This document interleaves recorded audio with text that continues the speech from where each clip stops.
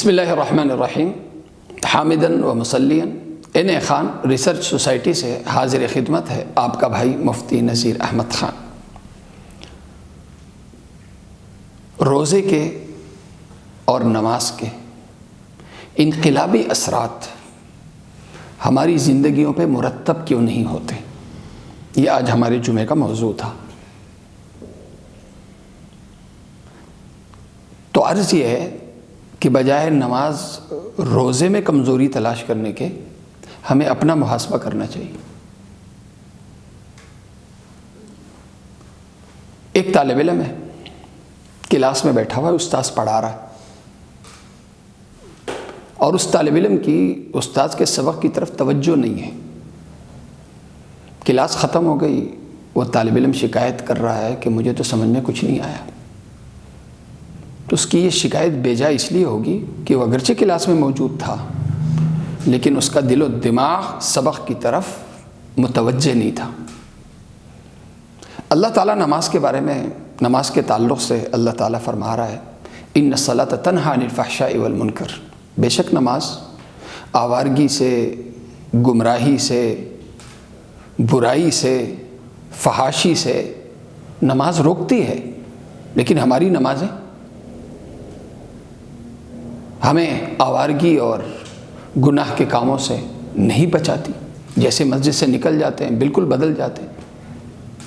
تو اس کی وجہ کیا ہے؟ اسی طرح روزے، رمضان کا مہینہ جیسے گزر جاتا ہے تو بالکل ہم بدل جاتے ہیں، ہماری زندگیاں رمضان کے مہینے کے بالکل الٹ ٹریک پہ چلنے لگتی ہیں۔ تو ہمیں اپنی عبادت یعنی اپنے آپ کا محاسبہ کرنا چاہیے۔ جاندار عبادت یا جاندار نماز، ایک بے جان نماز ہے، ایک جاندار نماز ہے۔ جاندار نماز دین کی زبان میں وہ یہ ہے کہ ارکان ظاہرہ کے ساتھ ساتھ ارکان باطنہ کی بھی پابندی ہو۔ اور نماز کا باطن رکن کیا ہے، نماز کی جان کیا ہے، روح کیا ہے؟ وہ ہے دل کی توجہ۔ دل کی توجہ کے بغیر اگر نماز کی ظاہری طور پر پوری ظاہری ارکان کی پوری پابندی ہوئی لیکن ارکان باطنہ یعنی دل و دماغ کی توجہ نہ تھی تو اس نماز کو قرآن کیا کہتا ہے؟ فویل للمصلین، ان نمازیوں کے لیے ہلاکت ہے۔ یہ نماز ہلاکت کا ذریعہ ہے، جو نماز پڑھتے ہوئے نماز سے غافل، الذین هم عن صلاتهم ساہون۔ تو جس طرح بے جان جسم اس کی کوئی حیثیت نہیں ہے، اسی طرح یہ بے جان نماز ہے دین کی زبان میں۔ اسی طرح بے جان روزہ، اللہ کے نبی صلی اللہ علیہ وسلم نے ارشاد فرمایا کم من صائم لیس له من صیامه الا الظمأ، بہت سے روزے دار ایسے ہیں کہ وہ روزے رکھتے ہیں لیکن بجز پیاسا رہنے، بجز بھوکا رہنے کے انہیں کوئی فائدہ نہیں ہوتا۔ آج اگر ہم غور کریں تو روزوں کے اثرات یا رمضان کے مہینے کے اثرات محدود کیوں ہیں، سطحی اور وقتی کیوں ہیں، اور یہ ہماری روزے ہماری زندگیوں میں انقلاب برپا کیوں نہیں کرتے؟ اس کی ایک بڑی وجہ کیا ہے؟ دو وجوہات ہیں۔ ایک وجہ تو یہ کہ ہم سے ہمارا دین کہتا ہے کہ جس گھر میں جو ماحول ہم نے بنانا ہے، گھر میں ماحول وہ ہم نے جس طرح من صام رمضان ایمانا و احتسابا غفر له ما تقدم من ذنبه، اور اسی طرح فرمایا من قام رمضان ایمانا و احتسابا غفر له ما تقدم من ذنبه۔ دن میں گھر میں جس طرح روزے کا ماحول ہے اسی طرح رات میں قیام کا ماحول ہو، یعنی تراویح کا ماحول ہو، عبادت کا ماحول ہو، ذکر تلاوت کا ماحول ہو۔ اب میں اور آپ اپنا محاسبہ کریں، ہم ایک تو گھر میں جو بھی دین کی بات چل رہی ہوتی ہے وہ ٹی وی سے چل رہی ہوتی ہے۔ دوسرے نمبر پہ قیام رمضان کیا گھر میں ہو رہا ہے؟ اور اگر ہو بھی رہا ہوتا ہے تو 8 دن کا ختم، 10 دن کا ختم، 12 دن کا ختم کر کے ہم چھٹی کر دیتے ہیں۔ اس کے بعد گھر میں جب عبادت کا ماحول نہ ہو، مسجد ہمارا گھر، ہمارے گھر میں مسجد والے اعمال نہ ہوں، رمضان کے مہینے میں خاص طور پر ہم اپنے گھروں کو مسجد والا ماحول نہ دے سکے، مسجد والا ماحول نہ بنا سکے، تو اس کا مطلب ہے ہم نے گھر میں اس وقت جو ماحول بنایا ہوا ہے نا رمضان کے مہینے میں، وہ ہم نے بنایا ہوا ہے نہ کھانے نہ پینے کا ماحول۔ رمضان کے مہینے میں گھر میں جو ماحول ہے وہ نہ کھانے کا نہ پینے کا ماحول ہے۔ اب جیسے رمضان ختم ہو جاتا ہے تو ظاہر ہے پھر کھانا پینا شروع ہو جاتا ہے، تو ہم نے گھر میں رمضان کا ماحول بنایا کہاں ہے؟ رمضان کا ماحول صرف نہ کھانے نہ پینے کا نہیں ہے، بلکہ گھر میں جو گھر میں یا رمضان کے مہینے میں جو ماحول ہے وہ نہ کھانے نہ پینے کے ساتھ ساتھ رات کا قیام رمضان بھی ہے۔ ہم نے کیا وہ ماحول ہم نے رمضان کے مہینے میں قائم رکھا؟ نہیں رکھا۔ جب نہیں رکھا تو جیسے رمضان ختم تو نہ کھانے نہ پینے کی جو پابندی تھی وہ ختم ہو گئی، اب جیسے پہلے گھر تھا ویسے گھر ہوا۔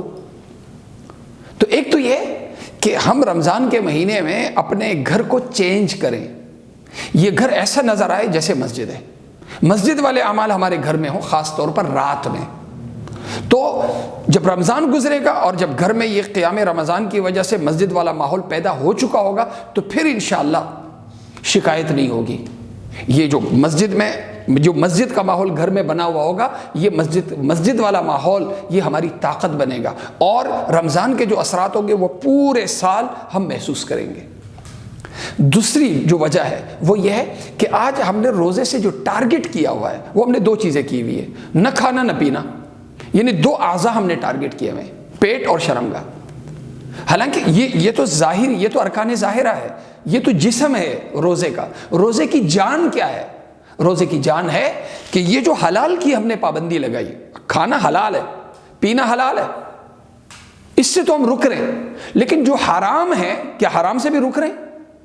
حرام کا تعلق زبان سے ہے کہ ہم غیبت سے رکیں، ہم الزام تراشی سے رکیں، ہم گالم گلوچ سے رکیں، ہاتھ اور پیر سے ہم کسی پہ ظلم یا زیادتی کرنے سے رکیں، تو زبان بھی کنٹرول میں۔ اسی طرح آنکھیں، بد نظری نہ ہو، غلط سننا نہ ہو، تو آنکھوں کو، پیٹ کو تو ہم نے پابند کیا ہوا ہے کہ کوئی حلال چیز نہ جائے، لیکن باقی اعضاء کو ہم نے کنٹرول میں نہیں کیا ہوا ہے۔ آنکھیں حرام دیکھ رہی ہیں، کان حرام سن رہے ہیں، زبان سے حرام کا ارتکاب ہو رہا ہے، اعضاء سے حرام کا ارتکاب ہو رہا ہے، تو پھر یہ جو ہمارا روزہ ہے اس میں ظاہری ارکان کی اگرچہ پابندی ضرور ہوئی ہے، یعنی روزہ اگرچہ صحیح قرار ضرور ہوگا، لیکن یہ روزہ اللہ کے یہاں قبول بھی نہیں ہوگا، اور وہ جو روزہ انقلاب برپا کرتا ہے زندگی میں، جس کے بارے میں قرآن نے کہا یا ایھا الذین آمنوا کتب علیکم الصیام کما کتب علی الذین من قبلکم لعلکم تتقون۔ روزے اس لیے پر فرض کیے گئے کیونکہ رمضان کے روزوں سے تمہارے اندر تقوی پیدا ہو۔ تقوی کا مطلب یعنی گناہوں سے پاک ذہن اور پاک زندگی ملے، گناہوں سے حفاظت ہو۔ تو آج میرے بھائی ہم لوگ جو ایک تو جو روزہ ہے، روزہ جو ہم رکھے ہوئے یہ ہمارے ناقص روزے ہیں، بے جان روزے ہیں۔ ہم جو روزوں سے ٹارگٹ کیے ہوئے ہیں صرف دو اعضاء یا دو چیزیں، نہ کھانا نہ پینا، ہم نے ٹارگٹ جو آگے کرنا ہے وہ ٹارگٹ کیا کرنا ہے کہ میں جس طرح میرے پیٹ کا اور شرمگاہ کا روزہ ہے، اسی طرح میری زبان کا بھی روزہ ہے، میری آنکھوں کا بھی روزہ ہے، میرے کانوں کا بھی روزہ ہے، میرے ہاتھوں کا بھی روزہ ہے۔ ان کو اگر میں روزے کا پابند نہیں کروں گا تو اللہ کے نبی صلی اللہ علیہ وسلم نے کیا فرمایا؟ من لم یدع قول الزور والعمل به فلیس للہ حاجہ فی ان یدع طعامہ وشرابہ۔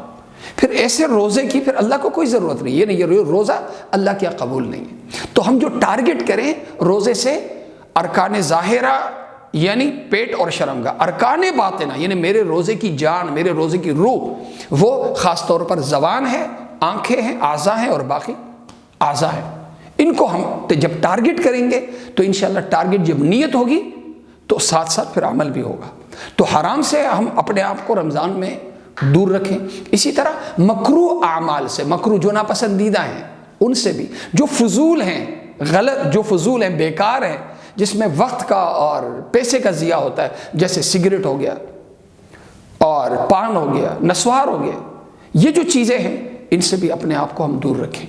تو کیا ہوگا؟ جب اعضاء کو بھی ہم پابند رکھیں گے تو پھر ٹریننگ ہوگی حرام سے بچنے کی، پھر ہماری انشاءاللہ تربیت ہو جائے گی، ناپسندیدہ کاموں کے چھوڑنے کی پھر ہماری ایک ٹریننگ ہو جائے گی، اور اس ٹریننگ کی برکت سے جو غلط عادات ہیں، جو فضول عادات جو ہماری زندگیوں کے ساتھ جو جڑی ہوئی ہیں، رمضان کے مہینے میں جب آپ ان چیزوں سے دور رہیں گے تو رمضان کا مہینہ پھر ہمارے لیے انقلاب بنے گا۔ غلط عادات، غلط حرکات، حرام کا ارتکاب، یہ ساری چیزیں جو ہے نا وہ ہم سے ختم ہو جائے گی۔ پھر رمضان کا مہینہ جب ختم ہوگا تو ہم پھر ایسے ہی جیسے فرمایا غفر لہ ما تقدم من ذنبہ، ہم بخشائے بھی اور گناہوں سے پاک ہو جائیں گے، اور گناہوں سے پاک پھر جب عید ہماری ہوگی تو ایک نئی لگن، ایک نئی امنگ کے ساتھ اور صاف ستھرے ہو کے پھر دین کے پابند ہو کے پھر ہم اپنے اگلے سال کا رمضان کے بعد آغاز کریں گے۔ اللہ تعالیٰ مجھے اور آپ سب کو عمل کرنے کی توفیق عطا فرمائے۔